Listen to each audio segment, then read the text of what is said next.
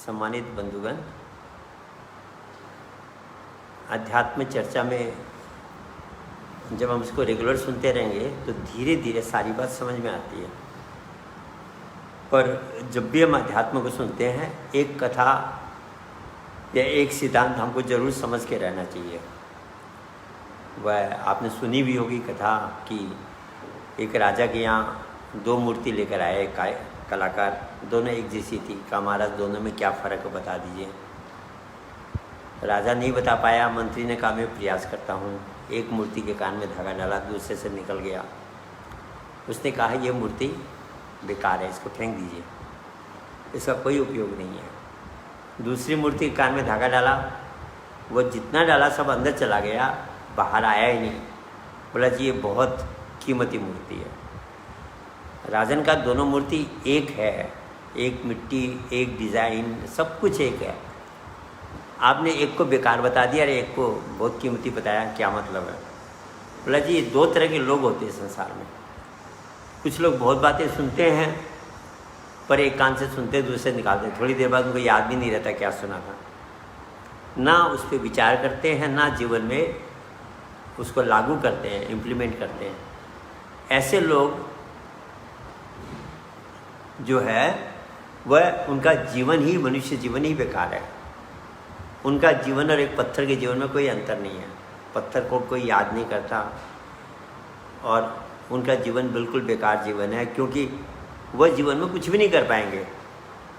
इसलिए ये पहली मूर्ति ऐसे व्यक्तियों को इंडिकेट कर रही है, इसलिए मैंने कहा ये मूर्ति बेकार है। दूसरी मूर्ति उनको इंडिकेट कर रही है जो जब अध्यात्म चर्चा को या किसी बात को सुनते हैं, उस पर मनन करते हैं, समझते हैं। पहले तो समझते हैं, उसके बाद मनन करते हैं और फिर उसको लाइफ में इम्प्लीमेंट करते हैं। तो सज्जनों, केवल सुनना पर्याप्त नहीं होता है। सुनने के बाद उसको समझना, बात अगर समझ में नहीं आई तो उसको दोहरा के सुना जाए। उसमें बात भी समझ में नहीं आए तो जिसने सुनाई उससे पूछा जाए कि ये बात मेरी समझ में नहीं आई। तो सुनने के बाद समझना ज़रूरी है और समझने के बाद में उस पर विचार करना कि ये मेरे जीवन में कितनी आवश्यक है, कहाँ मैं मिस कर रहा हूँ, इंट्रोस्पेक्शन करना उसको लेकर। और उसके बाद जो उसमें बातें कही गई है, अगर हमारे जीवन में इम्प्लीमेंटेड नहीं है तो उसको इम्प्लीमेंट करना। ये दूसरी मूर्ति ऐसे व्यक्तियों को इंडिकेट कर रही है, सिंबलाइज कर रही है। इसलिए ऐसे व्यक्ति महान बनते हैं जीवन में। जिस परिवार में जन्म लेते हैं वो परिवार धन्य है, समाज धन्य है, वो देश भी धन्य है, क्योंकि वो जीवन में कुछ करके जाएंगे। संसार में जब वो जाएंगे तो अपने जीवन में कुछ उपलब्धियां करके जाएगी। समाज, संसार उनको याद करेगा कि भाई एक व्यक्ति ने जन्म लिया था। तो सज्जनों, जन्म तो वही सार्थक है जिसमें हम संसार के लिए कुछ कर सके। वैसे कहा 4 तरह के लोग होते हैं। भगवान बुद्ध कहते हैं एक अपना भी नुकसान करता है, दूसरे का भी नुकसान करता है, वो तो मूर्ख दुष्ट हो गया। एक अपना नुकसान करके दूसरे का, अपना फायदे के लिए दूसरे का नुकसान करता है, वह स्वार्थी दुष्ट हो गया। ये दोनों जो है समाज के लिए हानिकारक है। कहते हैं एक मुखिया था, वह हमेशा परेशान करता था लोगों को। एक दिन जब उसके मरने का टाइम आया तो उसने गांव वालों को बुलाया, बोला भैया मैंने आप लोगों को बहुत कष्ट दिए हैं और मैं अब क्षमा चाहता हूँ, अब मेरे जाने का समय आ गया। मेरी एक विनती है आप लोगों से कि मेरी लाश को पेड़ पर टांग देना और उसमें सब थूकना, मुझे कुछ शांति मिलेगी। मैंने जो बुरा किया कम से कम मुझे कुछ तो सज़ा मिली, इतनी मेरा निवेदन मान लेना। लोगों को दया आई, बोले ठीक है यार, अंत में तो ये कम से कम इसने दुष्टता की, हमें परेशान किया, सताया, पर चलो लास्ट मोमेंट में ये कम से कम माफ़ी मांग रहा। बोले ठीक है। उसकी मृत्यु हुई, उसकी लाश को पेड़ पे टांग दिया और सब उस पर थूकने लगे। अब क्या हुआ, लाश पेड़ पर टंगी है तो पुलिस आ गई। पुलिस ने इंक्वायरी की, बोले इसका मतलब इसको किसी ने मारा है। गांव वालों को पकड़ के ले गई, इंक्वायरी शुरू हो गई। गांव वाले ने कहा जीते जी भी इसने दुख दिया, मरने के बाद भी दुख दे रहा है। तो कुछ लोग ऐसे होते हैं जो समाज को हमेशा पीड़ा ही पहुंचाते हैं, तकलीफ ही पहुंचाते हैं। तो क्या इनको दुष्ट कहा गया, नेगेटिव माइंडेड पीपल कहा गया। तो जो अपना नुकसान दूसरे का नुकसान करता है उसको तो मूर्ख दुष्ट कहा गया, और जो अपने फायदे के लिए दूसरे का नुकसान करता है उसको स्वार्थी दुष्ट कहा गया। ये दोनों दुष्ट है। एक बेवकूफ़ दुष्ट है, अपना भी नुकसान कर रहा है औरों का भी कर रहा है, और एक स्वार्थी दुष्ट है, अपने फायदे के लिए लोगों का नुकसान कर रहा है। परोपकारियों में भी कहते दो वैरायटी होती है, एक अपना नुकसान करके दूसरे का परोपकार करता है, कहते वह भी अधूरा है। बुद्धिमान वह है, जीवन जीने की कला वह व्यक्ति जानता है जो अपना भी फायदा करे औरों का भी फायदा करे, ऐसा काम करे कि उसको भी अच्छा हो, समाज को भी अच्छा हो, वो उसको श्रेष्ठ बताया गया। तो सज्जनों, उन श्रेष्ठ व्यक्तियों को समाज याद करता है, और ऐसे व्यक्ति ही संसार में इतिहास बनाकर जाते हैं। तो कहा दूसरी मूर्ति ऐसे लोगों को रिप्रेजेंट करती है। तो सज्जनों, हमें भी मनुष्य जीवन मिला है, और इतना सुंदर, और शरीर को तो जो मेरी स्टडी है और शरीर को तो कोई खास महत्व वाली बात नहीं दी है इसमें, वह सिस्टम तो सारी पशुओं में भी है, पर जो ह्यूमन ब्रेन है, मस्तिष्क है, बहुत विचित्र है। जितना इसको आप स्टडी करोगे उतना आश्चर्य होगा कि क्या बनाया है ईश्वर ने, क्या टिपिकल उसका वह क्या कहते हैं इन्वेंशन है, क्रिएशन है। ऐसा कंप्यूटर बनाया है जिसकी हम कल्पना भी नहीं कर सकते। जो जो विज्ञान उस ब्रेन को रिसर्च कर रही है, आश्चर्यचकित हो रही है। क्या क्या ह्यूमन बॉडी में जो कंप्यूटर बना है, जो ह्यूमन ब्रेन है, वो विचित्र है। तो जब इतना स्पेशल ब्रेन हमको मिला है, हम उसको समाज के हित में, अपने कल्याण के लिए भी समाज के कल्याण में नहीं लगा पाए, तो इतना सुंदर, इतना कैपेसिटी का कंप्यूटर, इतना कैपेसिटी की क्षमता लेकर हमने बेकारी तो दिया ईश्वर ने हमको। इसलिए महान वह व्यक्ति है, बुद्धिमान वह व्यक्ति है जो इस मानव शरीर में स्पेशल ब्रेन जब उसको मिला है उसका पूरा सदुपयोग करे। कर भी रहे। आज विज्ञान ने इतनी प्रगति कर दी, जीवन को कितना सरल बना दिया। पहले पैदल कितने दिन लगते थे एक जगह से दूसरी जगह जाने में, एक दिया जला करके रात भर गुजारा करना पड़ता था। गर्मी लगती थी, हाथ का पंखा चलाते थे। पानी के लिए कुएं में जाके पानी भरना पड़ता, कहीं किसी किसी को तो मीलों जाके पानी लाना पड़ता था। कितनी परेशानियां थी। लोगों ने अपने ब्रेन का उपयोग किया, वैज्ञानिकों ने रिसर्च की और इतनी सारी सुविधाएं कर दी कि आपको सारे सुख आज जो रावण को उपलब्ध थे उससे भी ज़्यादा सुख आज आपको उपलब्ध है। जो देवी देवता कहते उसकी सेवा करते थे, वायु देवता, अग्नि देवता, वरुण देवता, ये जितने भी देवता थे, ये सब विज्ञान की कृपा से सब आपकी हमारी सेवा कर रहे हैं। बटन दबाते ही रोशनी हो रही है, हाथ नीचे करते पानी अपने आप आ रहा है, बटन भी नहीं दबाना पड़ता। आजकल तो सेंसर मशीनें लग गई है। ठंडी और गर्मी के लिए कूलर लग गए हैं, एसी लग गए हैं। ठंडियों में आपके हीटर है, गीजर है, सारी व्यवस्था सब कुछ है। जाना पड़े तो यहाँ से अगर आपको अमेरिका भी जाना पड़े, जो कई महीनों का रास्ता था उस समय, आप 15-20 घंटे में अमेरिका पहुँच जाते हैं। बिल्कुल इसके उल्टे में है अमेरिका, और वह आप सरलता से पहुँच सकते हैं।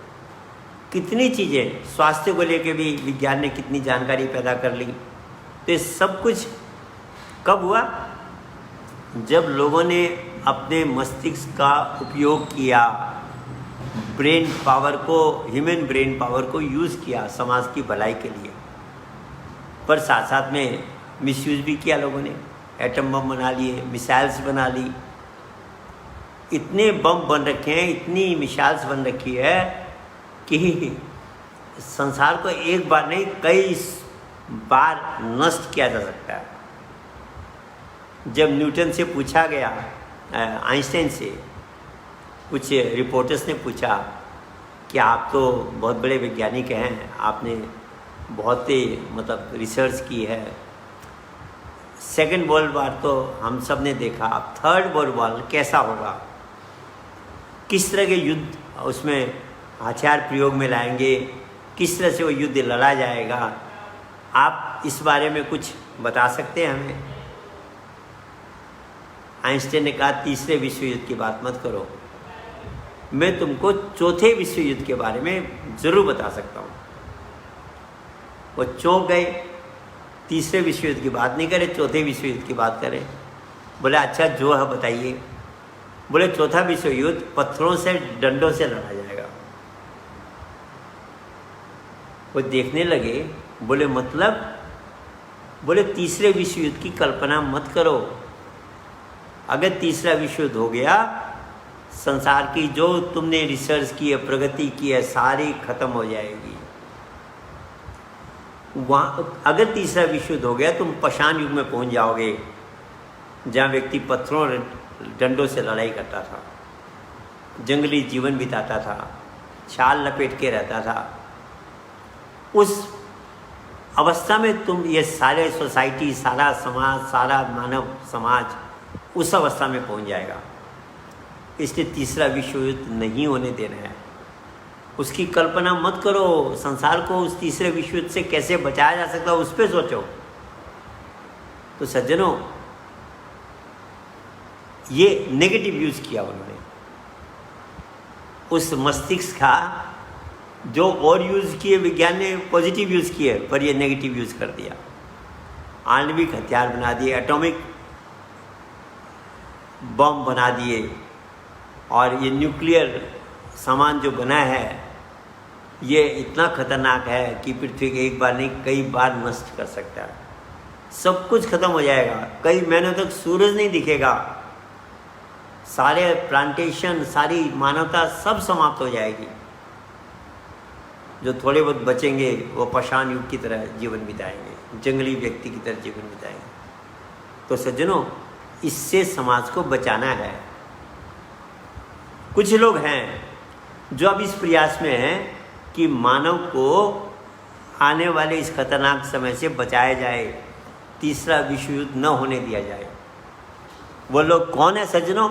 वह असली आध्यात्मिक लोग हैं। उनका है कि हम सबको, समाज को बचाना है इस युद्ध से, इस भीषण रक्तपात से हमको समाज को बचाना है। इसके लिए श्री महाराज जी कहते हैं कि war begins in the mind of man, and so in the mind of man the peace has to be constructed, the defence of peace has to be constructed. युद्ध की शुरुआत कहाँ से शुरू होता है? पहले व्यक्ति के दिमाग में शुरू होता है कि भाई मैंने युद्ध करना है, मैंने मारना है, मैंने बम गिराना है। उसके बाद एक्शन में आता है। पहले एक्शन में नहीं आता, पहले दिमाग के अंदर बात आती है, उसके बाद एक्शन में आती है। तो war begins in the minds of man, व्यक्ति के दिमाग में पहले शुरू होती है। वहीं अगर हम उसके मन को, दिमाग को बदल दें, उसकी मानसिक अवस्था को बदल दें कि वो मारने के बजाय बचाने की बात करे, तो हो तो गया। और ये काम अध्यात्म ही कर सकता है। आध्यात्मिक व्यक्ति ही इस वीडियो को उठाएंगे और इसको काम को पूरा कर सकते हैं। तो आप और हम सबको, जो अपने को आध्यात्मिक मानते हैं, उन सबको इस काम में लगना चाहिए कि हमको समाज को बचाना है, इसको राइट डायरेक्शन देना है। आप देखो, अशोक ने कलिंग की लड़ाई लड़ी, भीषण रक्तपात हुआ, हजारों लाशें बिछ गई। तो जब वह घूम रहा था युद्ध मैदान में, उसका अहंकार था कि मैंने कितना युद्ध जीत लिया है। उस समय एक बुढ़िया रो रही थी, उसका बेटा युद्ध भूमि में मारा गया था।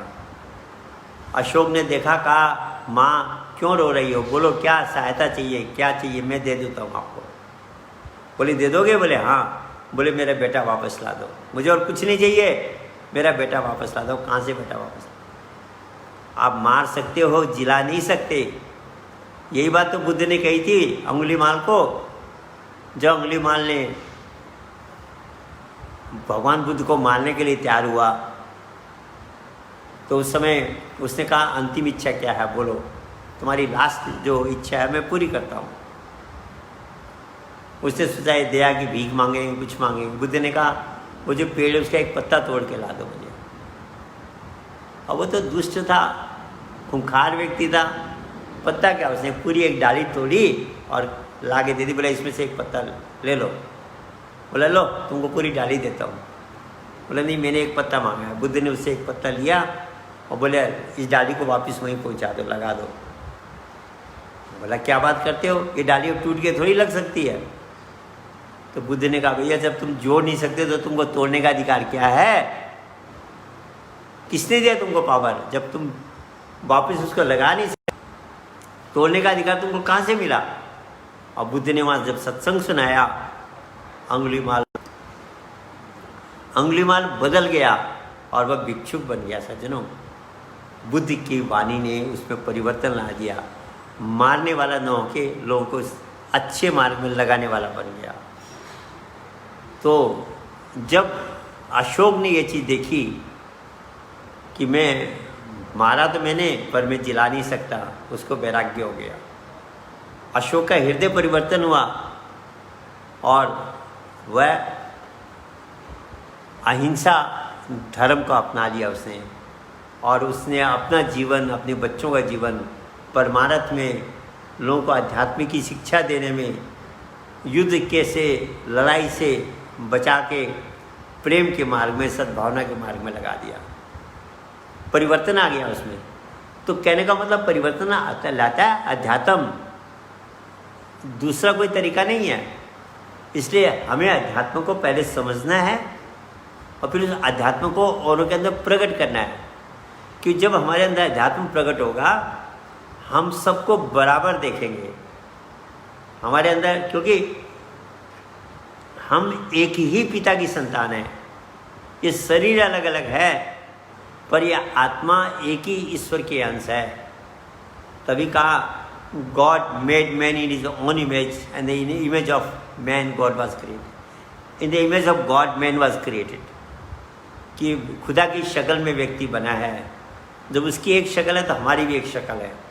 तो हम सब जब भाई हैं, भाई का कर्तव्य होता है दूसरे भाई की मदद करना, दूसरे भाई को हेल्प करना, उसको भी अच्छा बनाना।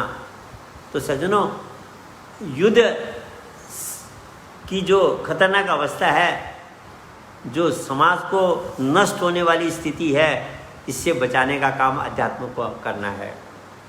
और ये कब होगा? जब व्यक्ति का हृदय परिवर्तन होगा। तभी श्री महाराज जी कहते हैं सतयुग में भी यही धरती थी, यही आकाश था, यही पेड़ पौधे थे, सारी सब कुछ यही था। त्रेता में भी यही था, द्वापर में भी यही था और कलयुग में भी वही है। वही आकाश जो सतयुग में था वही कलयुग में भी है। पेड़ पौधे, सूर्य चमकना, जो भी कुछ सतयुग में था, सब चीज़ें यथावत कलयुग में है। क्या? व्यक्ति का मन बदल गया। सतयुग में उसका मन परोपकारी था, कलयुग में स्वार्थी और हानिकारक देने वाला बन गया, नुकसान पहुंचाने वाला बन गया, उसके अंदर दुष्टता आ गई। तो हमें युग परिवर्तन जो करना है, क्या करना है? व्यक्ति के मन को बदलना है। और सज्जनों, ये मन को बदलने का काम केवल अध्यात्म ही कर सकता है। अध्यात्म भी प्योर अध्यात्म कर सकता है, क्योंकि ये मन लेक्चर से चेंज नहीं होगा। आप कितना लेक्चर दे दो, मन चेंज होगा जब मन के अंदर वो जो चेंज की प्रक्रिया है, इसको शुद्ध करने वाली, इसका वायरस हटाने वाली प्रक्रिया है, उस प्रक्रिया को अपनाना पड़ेगा। कंप्यूटर में वायरस है, लेक्चरों से कंप्यूटर का वायरस दूर नहीं होता है, इसमें एंटी वायरस डालना पड़ता है। इस मन का भी एक एंटी वायरस है, वो जो एंटीवायरस है वह भगवान का नाम है। ऐसा नाम है जो मन को शुद्ध कर देगा, मन की नेगेटिविटी को खत्म करके इसको पॉजिटिव बना देगा, दुर्भावना को हटा के सद्भावना ला देगा, मारने की बात न करके बचाने की बात करेगा। और कहा है मारने वाले से बचाने वाला बड़ा होता है।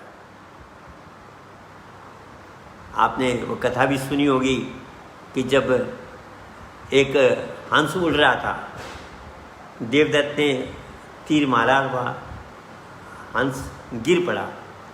गिरा कहाँ? जहाँ भगवान बुद्ध थे, सिद्धार्थ थे, वहाँ पर जाके गिरा। सिद्धार्थ ने घायल हंस को देखा, उसकी मरहम पट्टी दी, उपचार किया और उस हंस को ठीक कर दिया। देवदत्त आया ढूंढते हुए अपने शिकार को, देखा बुद्ध के पास है, सिद्धार्थ के पास है। कहा भाई ये मेरा शिकार है, मुझे दे दो, मैंने इसको मारा है, मैंने इसको तीर चलाया है। बुद्ध ने कहा भाई इसको बचाया मैंने है, ये तो मेरा हो गया, मैंने इसकी सेवा की है, इसका इलाज किया है। दोनों में तर्क हो गया। राजा के पास, जिस सुप्रीम कोर्ट में जाता है ऐसे फैसला, राजा के पास गया। अब राजा भी परेशान, एक तरफ देवदत्त एक तरफ सिद्धार्थ है, दोनों अपनी जगह सही है। उसने शिकार उसका है, बुद्ध ने कहा कि सिद्धार्थ ने कहा कि मैंने बचाया है, मेरा है। अब राजा फैसला नहीं कर पा रहा। मंत्री ने कहा महाराज मैं एक सुझाव देता हूँ, आप दोनों को दो तरफ खड़ा कर दिए, हंस को बीच में खड़ा कर दीजिए, हंस जिसकी तरफ जाएगा हंस उसका हो गया। वही किया, एक तरफ देवदत्त खड़ा हो गया, एक तरफ सिद्धार्थ खड़े हो गए और हंस को बीच में रख दिया। हंस ने पहले देवदत्त की तरफ देखा, कहा इसने शिकार मेरा, मैं तो उड़ रहा था, अपनी मस्ती ले रहा था, इसने मेरे को तीर मार के घायल कर दिया। फिर बुद्ध की तरफ देखा कि इन्होंने मेरे प्राण बचाए। वह हंस जा करके बुद्ध के पास चला गया और उस दिन से फैसला हो गया मारने वाले से बचाने वाला बड़ा होता है। तो सज्जनों, मारने का सामान तो साइंस ने बहुत बना लिया, ये भौतिक विज्ञान के लोगों ने मारने का सामान बहुत बना लिया। अब बचाने का काम हम अध्यात्मवादियों को करना है, और इसके लिए संसार को बचाने के लिए हर युग में एक महापुरुष आता है, हर युग में आता है। वह महापुरुष का काम ही होता है मानवता को बचाना। अनेकों महापुरुष हर समय आए और उन्होंने आके मानवता को बचाया।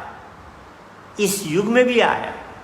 हमारी प्रॉब्लम क्या है, हम बीते हुए महापुरुष को भी पहले काम मानते हैं। जब आता है तब नहीं स्वीकार करते, जाने के बाद उसकी वो करते हैं। तो सज्जनों, हर युग में महापुरुष आता है, अध्यात्म के द्वारा, अध्यात्म की शक्ति से वो संसार को बचाता है और हम उसके साथ लग जाएंगे।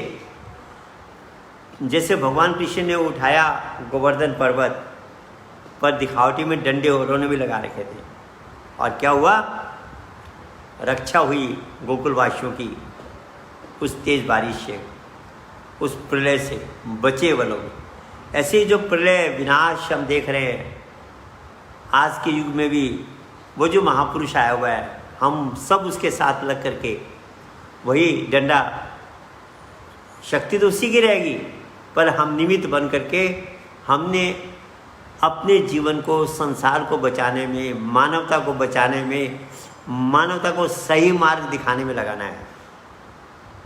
इस फॉर्मूले को ध्यान में रखते हुए कि मारने वाले से बचाने वाला बड़ा होता है।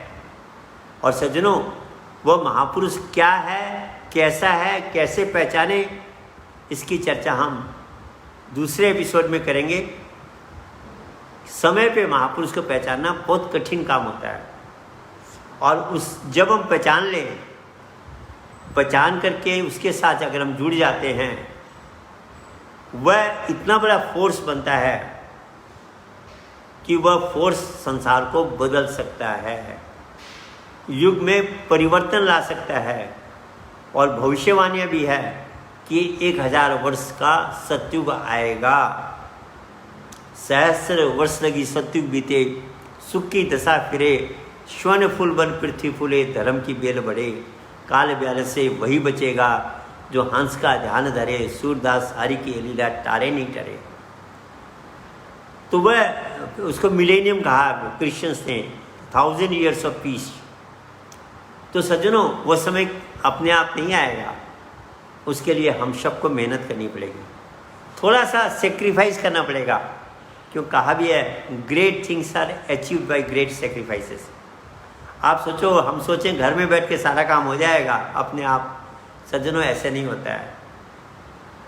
कर्म वीर बनना पड़ता है, कर्म योगी बनना पड़ता है। एक संकल्प लेना पड़ता है कि अपने जीवन का कुछ हिस्सा मैंने उस काम में लगाना है, समाज को बचाने में लगाना है, समाज को सही दिशा देने में लगाना है, युग परिवर्तन में लगाना है। और नहीं तो ये विनाश होगा तो कोई नहीं बचेगा। अगर विनाश होगा तो क्या आपका या हमारा परिवार बचेगा? बगल में आग लग गई तो वह आग बढ़ते बढ़ते आपके घर तक भी आएगी। आतंकवाद जब शुरू हुआ, अगर सारे विश्व के देश उस समय आतंकवाद को रोकते, आतंकवाद इतना बढ़ता ही नहीं। उनको लगा अरे भारत में उधर है, हमें तो परेशानी है नहीं। अब आतंकवाद ने सारे विश्व को घेर लिया, क्योंकि धीरे धीरे फैलता है। तो ये जो विनाश का तमाशा चल रहा है, अगर हम सब नहीं लगेंगे, ये सोचेंगे भाई मेरे साथ तो कुछ भी नहीं हो रहा अभी, सज्जनों एक दिन हमारे साथ भी होगा। इसलिए हम सब मिल करके समाज को उससे बचाएं, ये संकल्प लें और जो हम सुनते हैं उसको जीवन में लागू करें। मन को चेंज करना है युग परिवर्तन के लिए, और मन को चेंज करने के लिए भौतिक विज्ञान के पास कोई फॉर्मूला नहीं है, केवल अध्यात्म में एक फॉर्मूला है। वो फॉर्मूला भी किताबी फॉर्मूला नहीं है, वो चेतन महापुरुषों के पास मिलता है, क्योंकि वो फॉर्मूला मेटाफिजिकल है, परा है। कहते हैं 2 प्रकार की विद्या होती है, परा विद्या और अपरा विद्या। जो भाषा में बुक्स में आ सकती है वह अपरा है, पर मन को जो चेंज करेगी वह परा विद्या करेगी। क्यों? मन भी मेटाफिजिकल है, मन भी फिजिकल टेम्परेरी बनता है, इसका एक्चुअल फॉर्म मेटाफिजिकल है, ये पराभौतिक है। तो मन को पराभौतिक विद्या ही चेंज करेगी। तो पराभौतिक विद्या क्या है और वह महापुरुष आ गया है, उसको कैसे बचाने, ये सारी बातें हम अन्य एपिसोड्स में करेंगे। और वह महापुरुष को पहचानना और उसके साथ लगना सज्जनों जीवन में बहुत बड़ी उपलब्धि होगी, हमारे जीवन का बहुत बड़ा उपयोग होगा। और इतिहास ऐसे भक्तों को याद करता है जिन्होंने समय के महापुरुष के साथ लग करके अच्छा समय लाने में हेल्प किया। अर्जुन और पांडवों की आज गाथा गाई जाती है, उन्होंने युग को बदला।